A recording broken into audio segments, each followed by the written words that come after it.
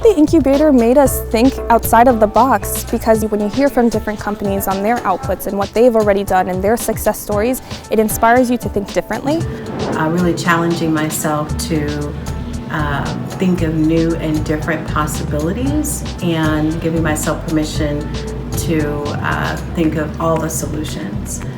That also allow us to simplify our message and to make it relevant for other stakeholders that are not the one that we used to speak with.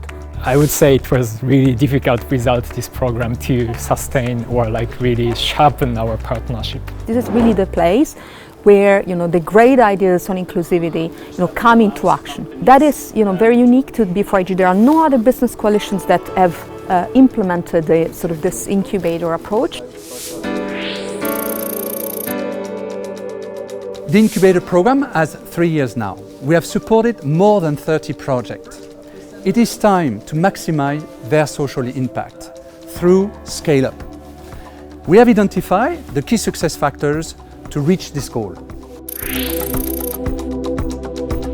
I would say the first thing is really to make sure that this is a strategic priority for a company.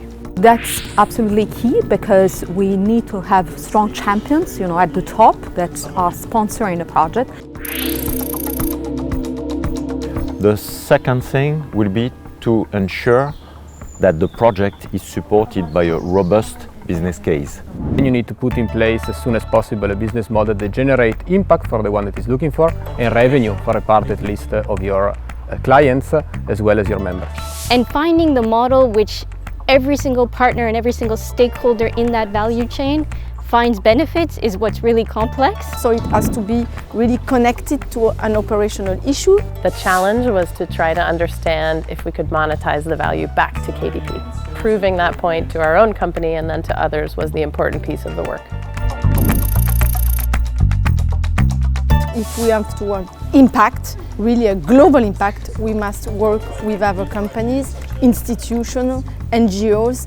Partners do not only provide us with access to people in need, but also know best what kind of support is needed and works in practice. So at the beginning of the project, you already anticipate the fact that it's going to have to gather other members than the ones that are with you originally.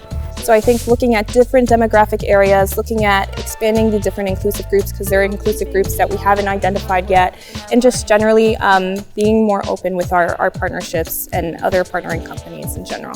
It's not only getting financial support, but from our side, from the NGO, we need partners to involve that expert to get trained our beneficiaries. And so now, our partner, who we invest in, can use that case, the case of that analysis done with us, to attract other investment from other parties.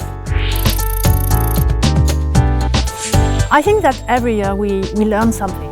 And I would say that the priority for the next year is helping member companies, helping project teams to strengthen their business case, to help them convince internally and to help them scale up business action.